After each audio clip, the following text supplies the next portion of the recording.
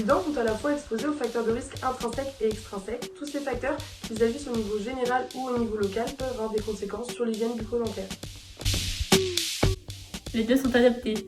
Le plus important est la méthode utilisée. Il faut incliner la tête de sa brosse à 45 degrés et aller du rose vers le blanc. En cas de difficulté, la brosse électrique peut s'avérer plus efficace. Il suffit de la positionner dent par dent et de la laisser travailler toute seule. Le brossage, c'est 2 à 3 fois par jour. 2 minutes est le temps recommandé afin que toutes les surfaces dentaires soient saines. Il est important d'aller une fois par an chez le dentiste afin de détecter les débuts de caries et les problèmes de gencives. Le chocolat, la madeleine, les produits sucrés, tous ces produits vous les connaissez. C'est ce que vous grignotez entre les repas. Ça va provoquer une certaine acidité au niveau de votre plaque dentaire qui va entraîner l'apparition de caries. Les problèmes bucco-dentaires qui touchent les dents ou les gencives sont causés par des bactéries. Notre organisme est susceptible de se défendre contre elles, mais certains ont plus de difficultés que d'autres. Leur hygiène bucco-dentaire est donc encore plus indispensable pour éviter ces pathologies. Il existe un lien bidirectionnel entre les maladies parodontales et les maladies systémiques telles que le diabète ou les maladies cardiovasculaires, précurseurs de l'inflammation aiguë. Oui, par exemple, lors des pratiques sexuelles orogénitales, l'herpès buccal et génital sont vecteurs de cette contamination.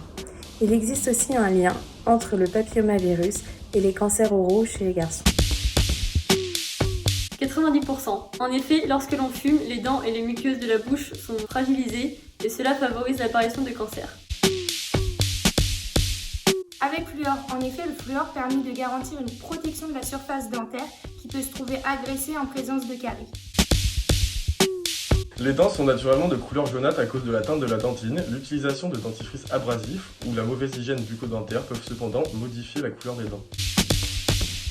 Le blanchiment dentaire peut être réalisé en cabinet par le chirurgien dentiste ou à la maison au travail avec une prescription faite par le chirurgien dentiste. Les molécules utilisées sont à dosage précis afin de ne pas dégrader les tissus bucco-dentaires. On utilise des doses fortes en cabinet mais des doses faibles à la maison.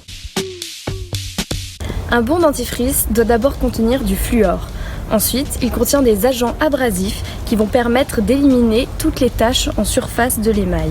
Tous les autres agents qui peuvent être incorporés dans les dentifrices faits maison n'ont aucunement prouvé leur efficacité. Les dentifrices blancheurs ont une action abrasive. Ils peuvent fragiliser vos dents et créer des sensibilités dentaires. Attention à leur utilisation qui doit être raisonnable et aux publicités sur les réseaux sociaux qui peuvent influencer sur vos achats.